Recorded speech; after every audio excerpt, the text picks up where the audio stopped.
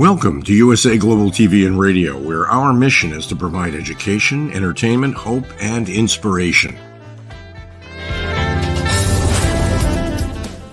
USA Global TV and Radio connects you with experts and audiences all around the world every single day to help you succeed in business and to live a richer life. Visit us at usaglobaltv.com to learn about career and life-changing training and mentoring programs like the Listening Mentor. Subscribe to our newsletter to stay informed about our special programs and offers. Discover how you can become a guest on one of our shows or a host or producer of a USA Global TV and Radio show of your very own.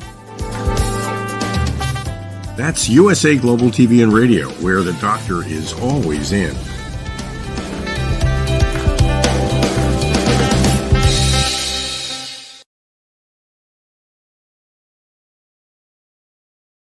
Happy Friday, happy Saturday, wherever you are in the world. Welcome to USA Global TV and Radio. I'm Dr. Jacalyn Kerbeck, and our show today is The Power of Etiquette and Manners, and it's sponsored by the British School of Excellence. Our star of our show is Mr. Philip SYKES. He is a dear friend. He is someone who's putting so much kindness and compassion and empathy into the world, and he's the principal and founder of the British School of Excellence. Let's welcome him to the program. Hello. Hello. It's Friday, as you said, ready to celebrate Friday. Not sure about what the weather's doing where you are in the world, but I tell you what, the UK, we've been blessed for the last 2 weeks with incredible weather. Oh, that's fantastic. I love when it's sunny and bright. It makes you feel so good. I know here we're dealing with the deluge of air pollution from the wildfires in Canada, and the air quality was up to, I should say quality, with 279, which is really unhealthy. And today it's down to 131. So that's a good thing. That's devastating. You know, we really feel for everyone, especially the parts of the country that have been really hit hard. We sent messages to all our students in the US, just wishing them all the best. And, we can only hope and pray that it sort of gets under control very soon. Absolutely. I'm right there with you. Thank you, Philip.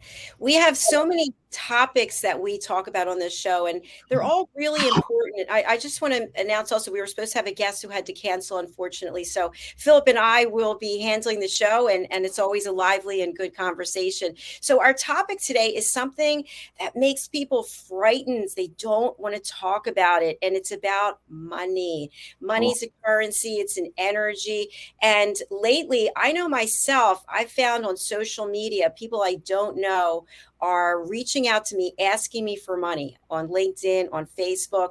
I need your help. And then it always has to do with money. And of course, we have charities that we work with that want our money. And of course, we have bills to pay that requires money. And we have the man and woman, the person on the street coming up and asking us about money. So let's dive into it, Philip. What is the philosophy when it comes to asking people for money? That's a huge question, firstly. Secondly, before I go into that, it's quite interesting where you see certain, I suppose, what's the word I'm looking for? Experiments, let's call it human experiments that have taken place over the years. And one of them is very much focused on what we talk about when it comes to,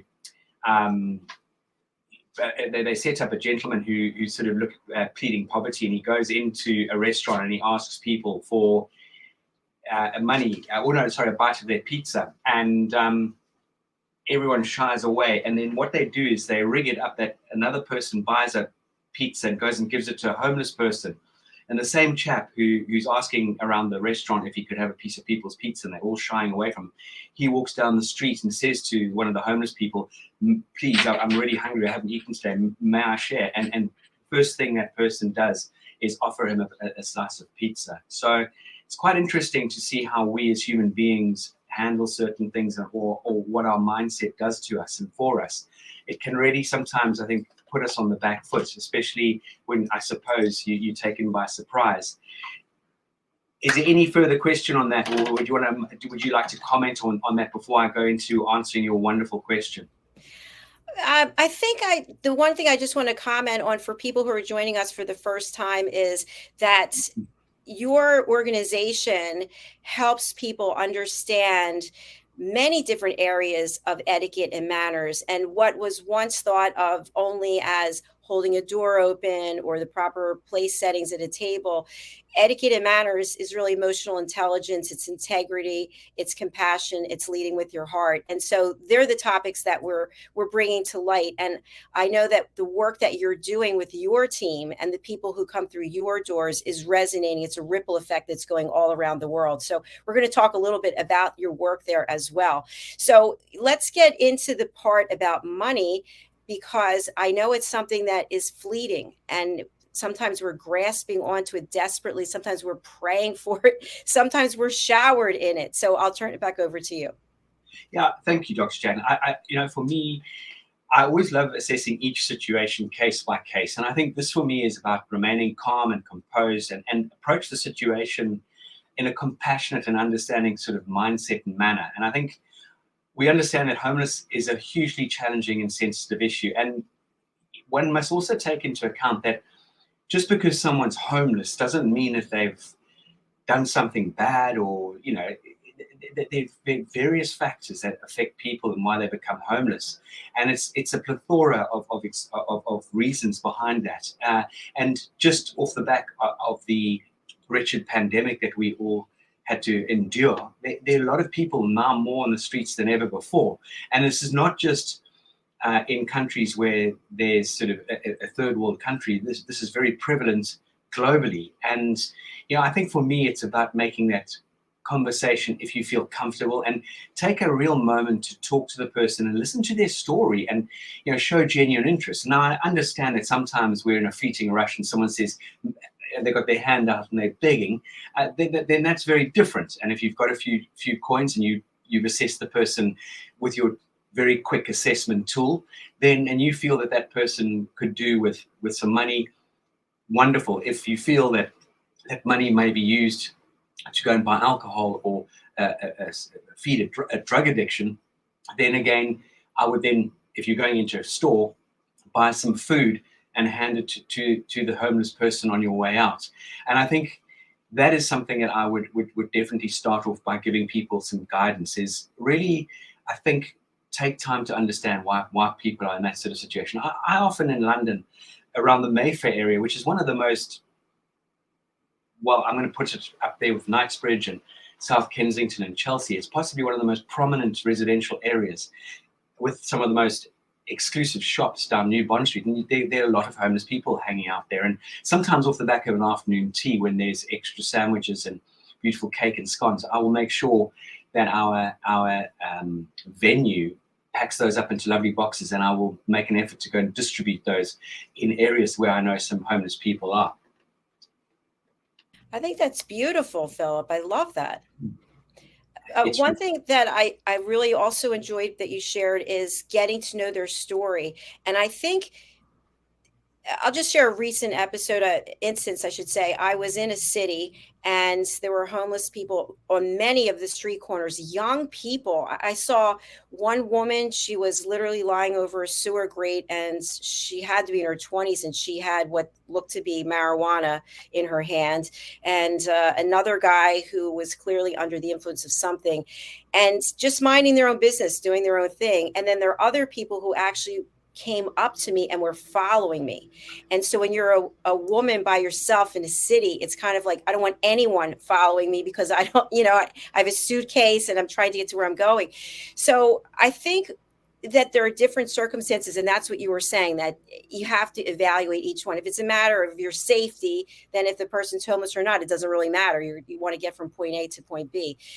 What about when people are soliciting us for money on social media, on these various platforms, and then they're commenting, oh, I saw that you helped this person, can you help me? And of course, we'd love to help everyone, but we can't. So what's the proper etiquette for that?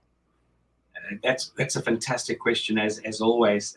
Dr. Jacalyn, as you know, we support both you, your organization, our organization. One of the organizations we support is the Push Child Foundation in Uganda, along with Roland. I know Roland's a big supporter. We recently actually set up a platform where people can donate some money, and I placed it on our alumni platform, and we've already had some very generous donations, which is just amazing.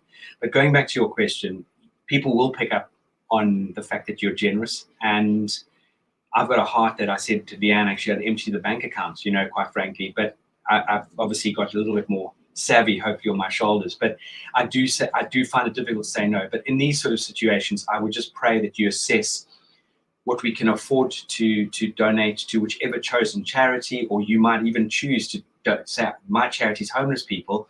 And if you're earning, let's say, $1,000 a month, hypothetically, then you might want to say, I'm going to take a very small percentage of $10, $20 a month, and that's going to go to my so-called cause.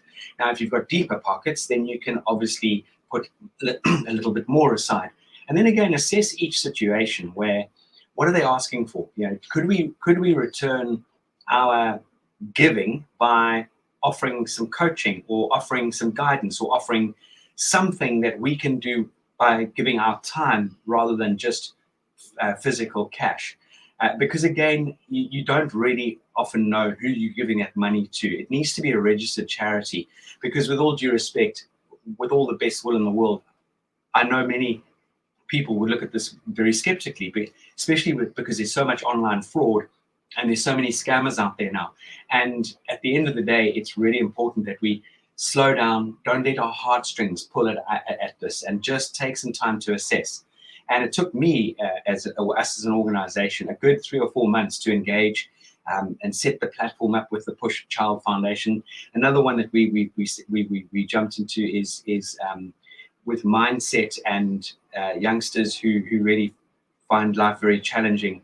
And so we support that particular charity as well, which is also on our website. And that there is a little bit more of an easier approach, because it's a set-up organization, it's professionally run. So I would always just do your homework and make sure you do your research. Excellent points. Thank you, Philip, as always. I know for me, my charity that I'm aligned with is the Crohn's Colitis Foundation, because I'm a patient. I've been sick for 30 some years. I'm on the board. I run a support group. So for me, I have 3 events that I'm responsible. I've committed to raising certain amounts of money. And that's what the priority is, because that's where my commitment is. And not that I don't want to give to other charities. The next one I would give to definitely would be the Alzheimer's Association, because that's something that's prominent here in the world that I'm in. So I just want to bring awareness to people that you don't know what everyone is going through, and you don't know what people are dealing with. And so therefore they may be aligned with certain charities that they're helping people get through situations that they're in. So I think it would be great if we had enough money to give a little here, a little there, a little here, a little there. But as you get more involved in the charity, you have higher commitment levels of the amount that you're committed to raising. Philip, you're on mute. Absolutely, Dr. Jacalyn. I love that. And it really does make sense to maybe each year you change a charity just because you've worked and supported one charity, or you've got to a stage where you're making a little bit more money and you can then add another charity to your list. We tend to, we've alternated quite a bit now as an organization with our global partners. For example, Patrizia in Brazil. They go into the favelas, they go into the squatter, the sort of real hard beaten places in Sao Paulo, and they go and give of their time and their expertise and impart amazing education and tools with the power of etiquette and manners and emotional intelligence. And that's had some great traction. Again, I know Dr. Sadia in Pakistan, along with Shandana, are doing exactly the same sort of thing. So in every way we can contribute it. As I said earlier, it does not have to be a monetary value.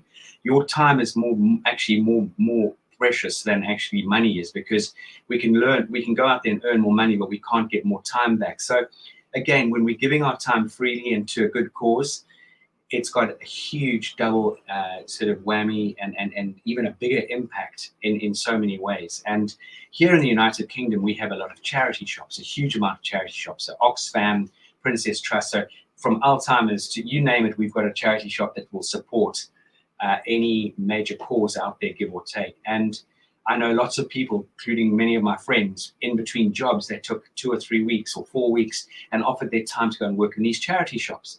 So there are many ways we can add value. It's not all about the financial side of things, because again, when it comes to money, that can also get into the wrong hands and it can be misused, and we've seen that through many different organizations over the years. Brilliant. That's so true, Philip. You know, this morning I decided to go over on the Clubhouse app, which I haven't been on there in years. And I just went into Breakfast with Champions, one of the rooms they have there. And the person who was running the room, he was talking about adding value. And he said that he knows exactly how much his time is worth. And that the hour he was giving to this room, to these people, to me, he was volunteering basically because he could be taking that hour and doing something else with it. And I think that's a beautiful point that you brought up. Everyone's time is valuable, and so when you give it to someone else, when you're here today giving it to our audience, you could be doing something else with that. So that's a true gift, and if we could all be giving that to one another, our time, then imagine what could come from that. That for me is huge. It's incredible. You know, Dr. Jacalyn, as you know, you and I are avid continued professional development learners, and I've been recently joined the Professional Speakers Academy. Why? Because I want to learn. I want to see amazing other ways that other people who are phenomenal at their craft, how they deliver and how they engage. And through this academy, you also meet incredible people, like-minded people, people who are positive, people who want to make a difference, people who want to offer their services and offer their experience to people. They have a purpose, they have a why on how they want to sort of make a difference in this world. And through this amazing platform, I was speaking to one of the ladies on the course who lives with her husband in the south of France now, with 3 beautiful children, and she left me the most incredible message today. She said, "I've just helped someone change her life. This woman came to me at the school gate feeling in tatters. I put her in the car, said we're going for a coffee, and she said, in the time that I had with this woman, I gave her and shared with her so much. I helped her mentally, emotionally. Not only that, but I helped her build a business in her, and we drew it up on paper. And I gave her the tools to build her confidence. Now, it's not a quick fix, obviously. It's going to take time. But she left the message saying, Philip, I've now got my direction. I know what I can do going forward with my life. And that, for me, is the biggest gift we can offer to people. Just as you said, Dr. Jacalyn, every single one of us in this world has got so much to offer. We just need to realize that, and then we go out there and just offer it. Perfect. I love that. Thank you, Philip. A couple of other areas in reference to money, and then we can segue to something else, is what is the proper protocol to ask someone for money, whether it's a family member, whether it's a stranger? Is there some etiquette around this? Ooh, the old adage, someone would always say, never a borrower, lender be. It's a great question, as always. I'm just giving this some sort of thought while I'm sort of standing on my feet here, thinking on my feet, as they say. Dr. Jacalyn, I think one of the things that I would definitely do is understand who I could potentially ask. Now, personally, in my situation, I would go to a family member first before, if I was really desperate, or maybe even my wife, because might be in a position that might be able to lend me something from her savings, or even though we might have a joint account, there might be a bit of extra money that she's put away for a rainy day. Potentially my brothers, if I was really hard pushed.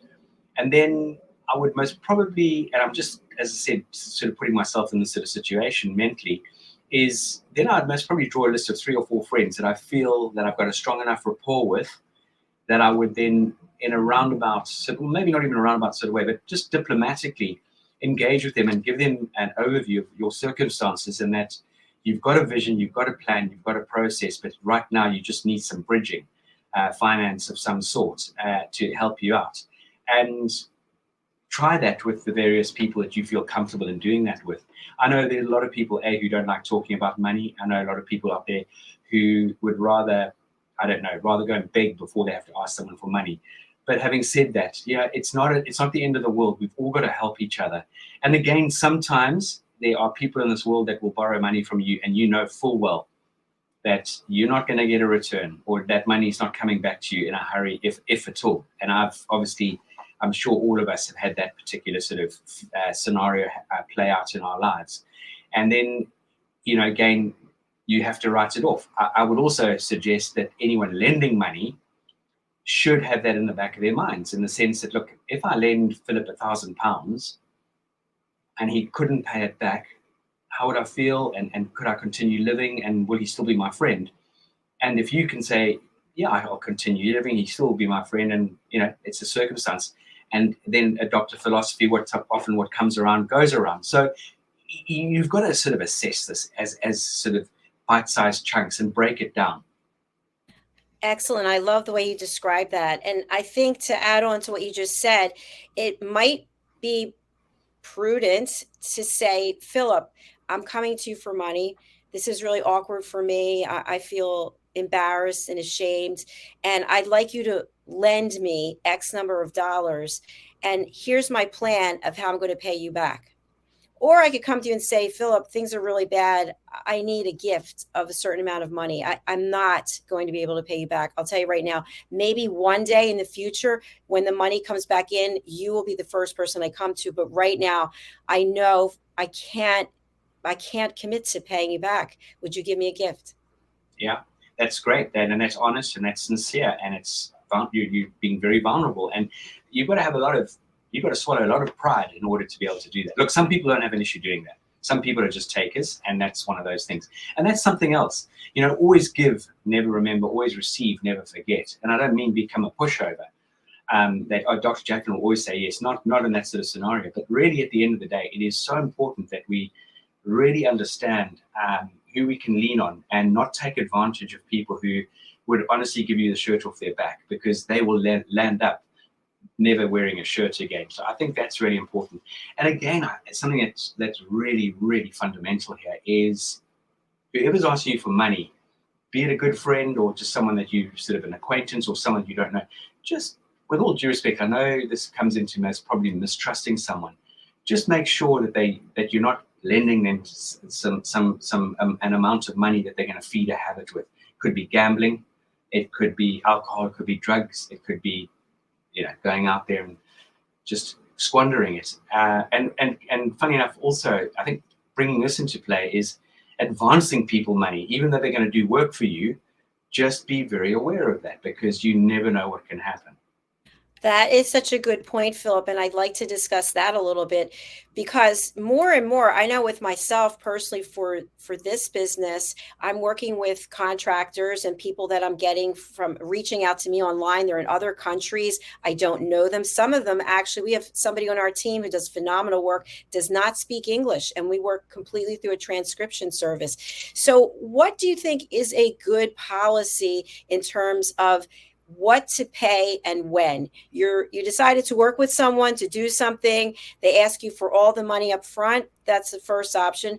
They ask for a portion of the money and then the rest upon delivery, or you'll pay them upon delivery. Okay, three sort of answers for that. The first one is never all up front. Never. With all due respect. I mean, we don't go into a restaurant and sit there and they say, well, hold on, you must pay £200 or $200 before you eat, unless you're going to a function where you've got to pay in advance, or you're going to somewhere where you've got to buy tickets in advance to attend. But I'm talking, again, you don't go there and ask for that money up front and then serve them. Now, I know the industries such as airlines and the shipping world, the luxury cruise world, and there are certain businesses that you do need to pay up front because you're showing a commitment. Because if you let them down at the last second, then they're left empty-handed and they cannot fill that space. It's the same, I suppose, Dr. Jacalyn, in your coaching industry, in my coaching industry. If we don't get money up front, and in that person's, we've just had that sort of scenario with our beautiful London experience in London tour. An amazing woman, part of our trainer alumni. She put down a 25% deposit, and now she's turned around. She said she cannot make the journey for whatever reason. And that's left us high and dry, with all due respect, because we've had to commit to some very expensive tickets at Ascot and the beautiful Belmont train that takes us through the Kent Valley, and then going to the Lion King, and all these little events that we've had to pay up front for. So unfortunately, there's certain industries that do need that upfront payment. Now let's and I'm sorry to pick on, let's say, the building trade, but let's pick a builder. There's no way I'm going to give money up front until the building job is done. I might put down a 10% deposit. A, will show my commitment, and B, they can at least get some materials with that. Hopefully the builder's got a proper cash flow system that he can go out there and purchase those goods for you on your behalf, and then at the end he can invoice you. So there are definitely scenarios that I wouldn't throw more than 10% at, and then there are scenarios where I definitely wouldn't part with any money until the job's done. So for example, in the United Kingdom, if you get your car serviced, you don't pay up front. You will get a report, what they're going to do to the car, what it's going to cost. And if you then give them the go-ahead, then you are committed to making that payment when you pick your motor car up. So it's the old adage, the old cliche, it's horses for courses. So much important, powerful content that you just shared there. Thank you for that. I want to talk a little bit about time, which we've been discussing. Time is very valuable. And I know with your schedule and my schedule, we're friends and we have a hard time matching up because we're so busy. And what I'm finding more and more of, and I'm sure you are as well, is people have just started calling me on the phone. There's no appointment. And then they start messaging me, hey, I need to speak to you. And I'm thinking, I don't have 5 minutes for a spontaneous call. And I know it's the same with you. What is the proper etiquette for a stranger reaching out to someone when they want something? Firstly, I'm apologizing on air to you because you and I have been like passing ships in the night, and I feel very guilty at times when we're trying to coordinate things. And it's not for a case of point of not wanting to make that effort. But Dr. Jacalyn, it is fundamental that people check in with one another. So for example, we've been asked to do something this Monday on picnic etiquette for GBTV, and I emailed the lady, a very nice lady, and I said, call me at your convenience. And she very kindly sent me a text message because I gave her an open window, call me at your convenience. And she sent me a text message, hello Philip, this is so-and-so. Please call me or let me know when it's a suitable time to call. And I then was able to text her back, I'm free and available now. So that meant I was engaged. I was able to engage with her mentally, emotionally. I was very present when we had that conversation. Calling people on the spur of the moment during the course of a busy working day, I don't even do that with my close friends who work in the city. I tend to most probably send a WhatsApp and say, if you've got a window or a gap at lunchtime, give me a call. But I think I'm going to come up with two sort of contradictory ideas here. I love the spur of the moment. Hey, I just called to say I love you and I've been thinking about you phone call. But that really is beautiful as long as possibly you could accept that telephone call. So the one thing I would definitely say, if you cannot accept a telephone call, don't answer it because it's going to land up with you. Sorry, I can't talk right now. I've got to go into a meeting or I'm in a meeting. And I would just not answer the telephone. I would always potentially have my phone on silent or vibrate when I'm in meetings or when I'm with other people, because you don't want to be distracted by the telephone on any level. You want to be present. But just harassing people and thinking they're there for your convenience. On the contrary, the phone is there for your, as the person receiving the call's convenience, not the caller's. That's so true, Philip. Thank you for that. And where I'm going with this is I found more and more, and you know, with the power of listening, asking for permissions and setting boundaries. I just had this happen the other day. This person keeps contacting me and I thought, let me just answer the phone. So I answered the phone. I said, hello, thanks for calling. I'm in the middle of dinner right now with my family. Can we schedule another time to talk? And the person just kept going on and on and on. And so finally I said, I'm sorry to interrupt you because I hate to do that. I said, but I told you this was not a good time for me. Can we pick another time? And then they kept going on.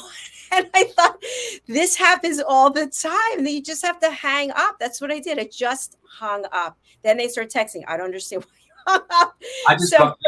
I just block numbers in that situation. And the other thing is with a cold call, I then asked him, I never agreed to go on your database. And a lot of the time they'll pop the phone down because you can get into a lot of trouble in the United Kingdom, people cold calling you.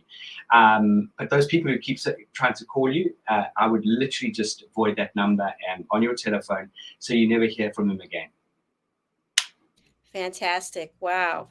You know, Philip, it's interesting. Someone just put a comment up insulting me while we're on the air, are there any manners and etiquette about that? Yeah, it's very brave to be able to stand behind a screen and send something. It really and truly is. I think that it's a form of bullying without seeing the bully. Really, at the end of the day, you're very brave to send a comment, and most probably done anonymously as well. And it's just, I just think that's cowardice, and it's so easy to use digital technology to hide behind. And again, I ignore negative comments. I don't let it even harass me anymore. It really is not fair. Exactly. I give that person grace. I have no idea what she or he is Maybe going they're through. going through something really bad. You just don't know. Maybe She doesn't think I'm dressed professionally. Oh my word! I'd love to see her professional.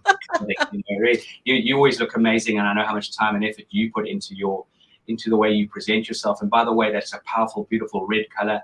And anyone out there who wants to present wearing red of some form gives you that real standout positioning, and it really is a very, very powerful color. And red, especially on you, Dr. Jacalyn, especially with your complexion, if we were to get a color wheel and talk to a stylist or an image consultant, red would definitely be one of your very positive, proactive colors that suits you and your energy and your complexion. So, at the end of the day, I would never heed advice or guidance from anyone out there who can point fingers without any sort of platform, any sort of foundation, or any warranted understanding or example of why they're doing that. Exactly. Thank you, Philip. And something I just want to mention, because you at the British School of Excellence, you also have fashion and styling as a course, and you have somebody on your team there. And having worked with stylists, one of the most important thing is that you have your branding. So my branding is red. It's red nails, it's red hair, it's red hair, red lipstick, it's hair jewelry, it's my jewelry. That's part of my brand and who I am. And so you have to feel comfortable with your own branding. And no, my branding is not going to be for everyone. So maybe this person doesn't want to watch our channel anymore, and that's fine. So I just would like to encourage people that we say positive things, we encourage one another, because there's always somebody who wants to rip you down for whatever reason. And this whole platform is about heart-centric work and picking each other up. What are your thoughts, Philip? Oh, boom. You've summed that up amazingly. And again, one of the most beautiful things about, and one of the most important things about the power of etiquette and manners is that it actually helps you impart those moments, or helps you sort of take on that knock on the chin when someone is sort of giving us gears, as I say, or someone's putting us or trying to put us down. It really is something that I really love sharing with people. And when it comes to why manners and etiquette are so important, it really does boil down to there's 6 wonderful areas of why they are so important. And they firstly, they will help you earn respect. They give incredible charm and elegance to your personality. They make our relationships so much more smoother when you've got good etiquette and manners, because, again, they help you to swallow your pride and become more considerate to the feelings of other people and other people's emotions. And then the other thing that etiquette and manners do is they elevate your confidence. They give you an amazing amount of confidence, and not arrogance. And by the way, having etiquette and manners doesn't mean you're a pushover. You've got soft touch. The other thing that etiquette and manners do is they really motivate us, and they help us to stay sort of positive and happy, because when you're generous towards other people, for example, giving some of your time or complimenting or greeting someone with a beautiful smile, it really does elevate you. And that inner contentment is going to help you maintain a far calmer and very composed sort of demeanor. And even when we're faced with difficult situations, and for me, never stop showing good manners and being kind to other people. There's that wonderful mug we have here in the studio, in our organization, in a world where you can be anything, just be kind, and that for me is fundamental. It's about feeling good about yourself, which in turn it will elevate yourself, and it'll give you that respect and keeps you motivated. And then the other benefit and there are many, many benefits of etiquette, manners, and your emotional intelligence is they impart strength to really digest failure. And if you think about that, we all make mistakes. We all encounter setbacks, or we all encounter someone taking a dig at us or a stab at us at times. And when your inner confidence is elevated by good manners and etiquette, it really gives you that strength to face those challenges, those struggles head on, and absorb the criticism and move on from it. And again, in life, there's always going to be situations that test our good nature or our patience, or even threaten to knock us down. And I think, again, I know for a fact, with a really positive mindset, you can maintain your composure and turn those situations, those challenges into amazing opportunities. You can learn from it and you can absolutely grow from it. Powerful words and excellent discussion. Thank you so much, Philip. As we're coming towards the end of the show, one thing that I'd like to tie everything together with, whether it's time or it's money, is something that you alluded to before, which is expectations. So we talked about a role play about money. If someone comes to you with money and how they're going to tee up that scenario. What about when you give your time to someone and they don't follow through with what they said they were going to do? So, for example, Philip, I would really love to have you coach me. I can't pay you actually, but in exchange for the coaching, I'm going to pay it forward and I'm going to give some guidance to Susie B because I know she's looking for some help in that area. And then I take that hour with you and I don't do what I said I was going to do. Moving forward from there, I would be very reluctant to then continue offering my time and guidance. If I did and someone took action and influenced other people along the way, then I'm going to say, hallelujah, that's an amazing use of my time. It's a gift. But if someone is not prepared to take action, Dr. Jacalyn, it's very much like the analogy of that standing on the top of the hill with your mouth open, waiting for that duck to come flying in. It'll never happen. As I've always jested, I've got more chance of becoming pregnant than a duck flying into my mouth. You know, at the end of the day, I've got to go out there, and I'm all about animals. I love it, but I'm using an analogy. You've got to pop that duck out the sky with your gun. You wring its neck, take the feathers off, and put it in the pot in order to eat the duck. And that's the only way you're going to advance and move forward. We don't have a crystal ball. We can't predict the future, but we can help ourselves and help other people by putting their best foot forward. And it's up to you at the end of the day to take action. Brilliant. That's so true, Philip. And I think also to tie that up with what we're discussing today is when you reach out to someone, if I reach out to Philip, I know how busy Philip is. And it's a blessing to just connect. If I'm going to have an ask for him, I better follow through because that's my credibility. That's my integrity. And he's now given something to me, and what am I going to do with it? Am I going to follow through? Am I going to take the guidance and wisdom that he's given to me and actually put it into action? Because so many times people will reach out, and I'm sure you get this too with all the courses that you teach, that you have there at your school. Could I just take the course for free? I'm an intern. Or I live in a part of the world where we don't have that kind of money. And then maybe you say, okay, we'll work something out in exchange. And then the person doesn't follow through, but you did what you said you were going to do. Would you then reach out to the person and say, hey, Bob, I did XYZ. You said you were going to do PDQ and neither happened. So where do we go from here?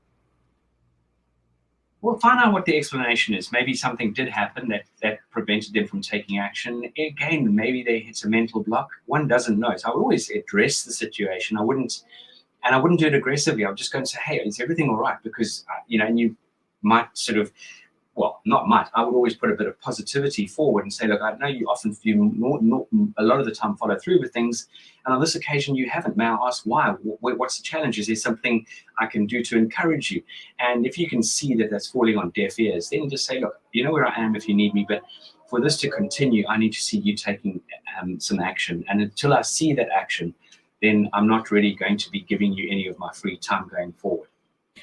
That was perfect. I love what you said. Now, I bet there's some people out there who could follow through for the whole thing until it was addressing the person, saying, listen, until you follow through with what you said, I'm not going to be able to help you. That's a tough one for people to actually stand up in their power and in their own respecting of their own boundaries and their own time. What are some tips that you can give people so they can walk into their own glory in this way? For me, it's about structure and planning, and it really is. It's about looking. Well, firstly, what do you want to achieve in life? And again, it's not going to come and land in your lap. It's not. If you show up in any situation, one of the opening when we discuss and launch any of our training programs, whether it's youngsters, teenagers, young 20-somethings into 30, 40, 50, 60, 70-year-olds, we get them to write down 4 things to start off with once we've gone through our introduction. And one of them in those 4 sentences is one person, one opportunity can change your life for the rest of your life. But that can only happen if you show up, if you present yourself in the right light, if you put that best foot forward. In other words, get yourself noticed because you made an effort. And then on the other side of the coin, you are the change and you can be the change. And people are looking up to you as a potential mentor and you don't even know about it. So whether we like it or not, come hell or high water, there are people that will be looking up to other people and you will never know who that might be or what the situation is. But they are in awe of that person. For them, it's a mentor and they are striving and thriving to be better than they were yesterday. But again, going back to that whole scenario, if you're not prepared to put that your best foot forward, you cannot expect for things just to start happening in your life. Everything's about give and take. That's just life. Philip, once again, you have just brought everything into a beautiful package for people to take. So I thank you for doing that. And I know you have a special event that's coming up. I wish I could be there. So tell us what it is and are there any openings? We've had 1 or 2, we had 1 cancellation, but we are so excited. I mean, I have such an amazing team and we had a team meeting the other day and I just said, I just want to thank you. I'm in awe of everyone's hard work and you've just been incredible. And I'm very blessed in the sense that there's a very level platform in this organization and everyone's got their own opportunity to make decisions and do things. And the energy and the effort and the passion we have in our organizations is, if you could combine that energy, you could almost fly to the moon. It's just unbelievable. And we are also excited. Young Sasha, who's 19 behind the scenes, is just going above and beyond to make sure there's a beautiful list and brochure for when our guests arrive. She's got on board presents. She's got everything going. Leanne's been doing a whole lot of different things behind the scenes. And we're launching this on the 17th of June, where we start off at Victoria Station. And we're going on this beautiful old train, which used to be run by a steam locomotive. It's where the royal family used to travel. It's beautifully interior design, beautiful wooden carvings, wingback chairs, where we receive the most incredible food, as in the cuisine comes from the Valley of Kent here in the United Kingdom, which is known as the Garden of Eden in England, along with a method de champenoise, which has been made here in the United Kingdom. For those of you out there, the United Kingdom is producing some incredible method de champenoise. In other words, champagne, but they're not allowed to call it champagne. It's sparkling wine made in exactly the same way as champagne, and it's rivaling some of the top champagne houses. So we're going to be going through the Kent valleys for Saturday. Sunday, they've got the day off. Monday, we've got going to the Covent Garden Flower Market, which is an experience in itself. The students are going to pick their own flowers, and then they're going to go back to the studio and then do an amazing flower arrangement. Then that afternoon, we are going to have a fine dining experience.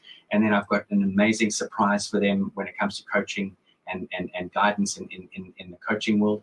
Tuesday, we are then going to the beautiful home of where hats really, I think, are or belong. It's called Lock & Co. It's been in this country, well, it started in the late 1600s, early 1700s. And it's where the Queens had hats made, or King Charles, many of the royals. It's one of the go-to places here in the United Kingdom. Then we're going to Floris, which is a perfumery that's been in the family for 9 generations. I mean, isn't that just extraordinary? It's again started in the 1700s, and it's still in the same family. And so they're going to go there. You can get your own perfumes made to your liking, to your skin colors and your skin oil, the oils of your skin and how it marries very well. Then lunch at Fortnum & Mason's. Then that afternoon, we've got a beautiful stylist coming along who is going to just be incredible. And then we've got one of our past students sharing her incredible stationery that she's created and the power of the pen. Then there's so many other things. We're going to the Lion King Theatre. We're going to go to the Ritz afternoon tea that week. One of the climate highlights of that week is going to Ladies' Day at Royal Ascot. For those of you out there, Royal Ascot was the Queen's most favorite event of the year. It's a week long of races, and it's just amazing the effort people make in their dress and how they appear, and it's just they embrace the days. And we're going to the Royal Enclosure, which is a very nice exclusive thing to go to. And we're going on a Thames River cruise dinner dance, and then we're having a lovely dinner on the Saturday to finish off this incredible week of elegance, finesse, and flair. Philip, this sounds better than a honeymoon. It's amazing. It's going to be phenomenal. It really is. We ran one very successfully last year for our amazing partner in Brazil, Patrizia. She came over with 10 amazing people from Brazil, and we did the photography, the highlights were just amazing. So there are 1 or 2 openings left?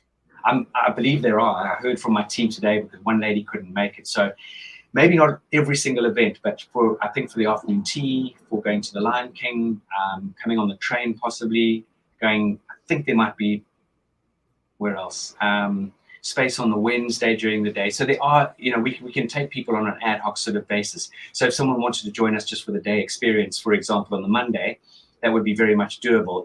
Again on the Tuesday and again on the Wednesday. The Thursday, I think the Royal Ascot is pretty much done. The Friday, we're going to the Tower of London. We're going to Twinings, the famous tea house here in the United Kingdom. That's got a few spaces left. And so does the evening cruise. And so does the gala dinner on the Saturday, also going to Windsor Castle in the day on Saturday. And how can people get in on this before the 2 spaces are taken up? All they need to do is email us at hello@thebritishschoolofexcellence.com and engage with my colleague Orsa, and we will take it from there. Fantastic. Well, Philip, I'd be remiss if we didn't have an opportunity as we close out just for you to talk about some of the courses. How can people sign up? Again, I would just urge anyone just to go to our website, thebritishschoolofexcellence.com, and email Orsa at hello@thebritishschoolofexcellence.com. And just have a look at our courses, have a look at what we can do for you. We can bespoke material for you as well. So where we really have incredible strength is the power of etiquette and manners, emotional intelligence, customer excellence, customer service, hospitality intelligence, and we impart tools to give you that confidence to help you put your best foot forward. Thank you, Philip. I know you have to run. I just want to say publicly thank you for being part of our platform. Thank you for the people you have brought, to the show who have then gone on to do other things on this platform. I just really appreciate you, your team, and of course you as a person. Likewise, there's a big ditto there. And again, this platform is such an opening for so many people, such an opportunity. I mean, if I didn't have a penny to my name and I had a computer and internet, I would watch all the shows on USA Global TV, because there's so much quality on when it comes to guidance, coaching, development, and we all have this at our fingertips. And again, I'm going to urge and encourage people to slow down on how much social media they delve into and spend time feeding your brains and nurturing your brains. Absolutely. I agree with you. Thank you so much. And I look forward to chatting with you again soon. And thanks for being here today. It's an absolute pleasure. Thank you so much. As always, have a blessed, wonderful weekend, and may everything that you are looking forward to and wish for be coming your way. Absolutely. Thanks again, Philip. Take care. Take care. Bye-bye. Bye. And thank you to each and every one of you who is watching or listening, whether it's live or on the replay. We just hit a new milestone. Actually, it was 2 days ago that we crossed over 100,000 views in the last 28 days. And today we're at 103,000. We're just over 19,500 subscribers. So we thank you. Thank you for being here. Thank you for your likes, for your follows, for your comments. We are on all the other major platforms, but YouTube is really where I spend most of my time with our team to make sure that we have the right search engine optimization, our thumbnails are spot on, and we just are so gracious and grateful for you and for your support. If you'd like to be a guest, we have approximately 40 different shows. We're always adding. We love to add new people to our platform. Please go over to our website, usaglobaltv.com, book your session. You'll see there's a number of courses that I offer. I also am a certified life, career, and executive coach. I'm also a 3-time Amazon #1 best-selling author. We have a whole array of children's books to teach children the power of listening. So you can go over to my other website, drjacalyn.com. You can learn more about that. But I'm here to support you. This is a heart-centric platform, and we just welcome people from all over the world to share their stories. We'll be coming back very soon with Dr. Madeline Chan and her show, which is Talking Heads. Thanks for being here. We'll see you again soon. Bye.